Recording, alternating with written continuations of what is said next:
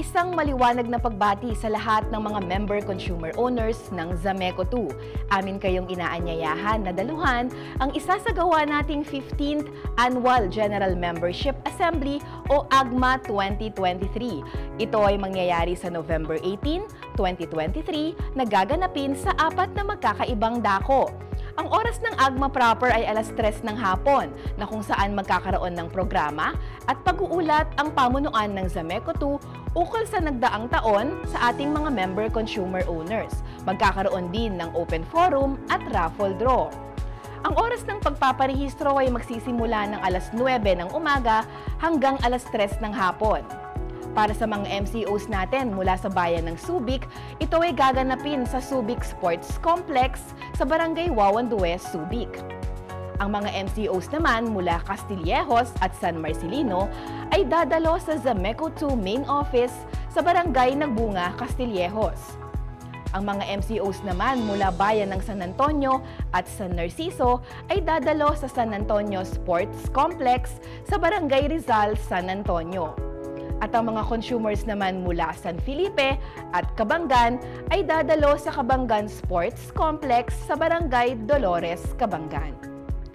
Paano nga ba ang pagpaparehistro? Magdala lamang tayo ng ating Statement of Account or Zameco 2 Bill at Membership ID. Maaari rin namang magdala ng iba pang uri ng mga valid IDs para sa ating pagkakakilanlan. Narito ang ilan sa mga raffle draw rules para sa ating AGMA 2023. Ang lahat ng mga MCOs na nakapagparehistro sa AGMA 2023 lamang ang magkakaroon ng isang raffle entry. Hindi pinapahintulutan ng isang MCO na magkaroon ng mahigit sa isang raffle entry. Ang authorized representative naman ay pinapahintulutan na magkaroon ng isang raffle entry. Halimbawa, kung mag-asawa ang ating MCO at ang kanyang representative, kinakailangan lamang na magdala ng marriage contract at valid IDs.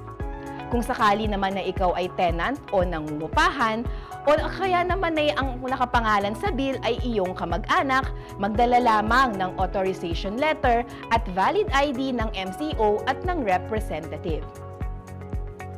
Ang mga napanalunan na raffle items ay maaari lamang i-claim sa designated town kung saan nagparehistro ang ating MCO.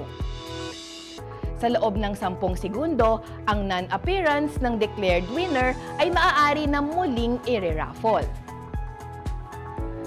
Magpresenta tayo ng valid ID at authorization letter para sa verification. At ang lahat naman ng officers at employees ng Zameco 2 ay hindi qualified sa raffle draw. Ano bang maaari nating mapanalunan para sa AGMA 2023?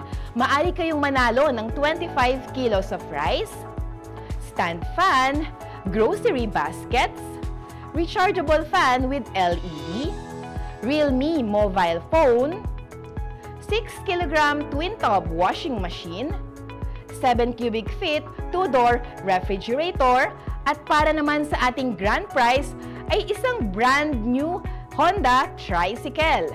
Kaya't makiisa na at makilahok sa ating AGMA 2023. Ako si Diane Urian del Rosario, ang inyong Consumer Relations and Development Officer. Maraming salamat po.